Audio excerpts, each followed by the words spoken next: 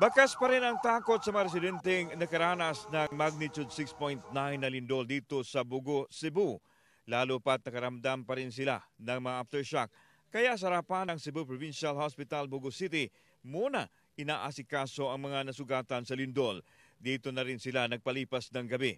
Maliban sa pangamba sa mga pagyanig, wala na rin daw bakante sa naturang ospital. Sa dami ng mga isunugod na biktima ng lindol mula sa Bugo City at mga karatig bayan, may ilang residente rin ang piniling sa plaza sa lungsod sa Barangay Lourdes matulog.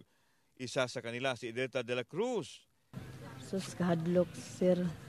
Grabe kakusog. Baka mauli eh. Wala pa.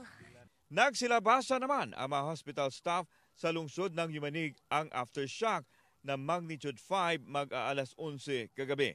Problema pa rin ang supply ng kuryente sa mga bayan at lungsod sa Northern Cebu. May ilang tao namang nag-alok ng free charging sa mga ilaw at cellphone. Sa datos ng Office of Civil Defense Cebu, 72 na ang mga taong nasawi sa lindol at 200 naman ang sugatan.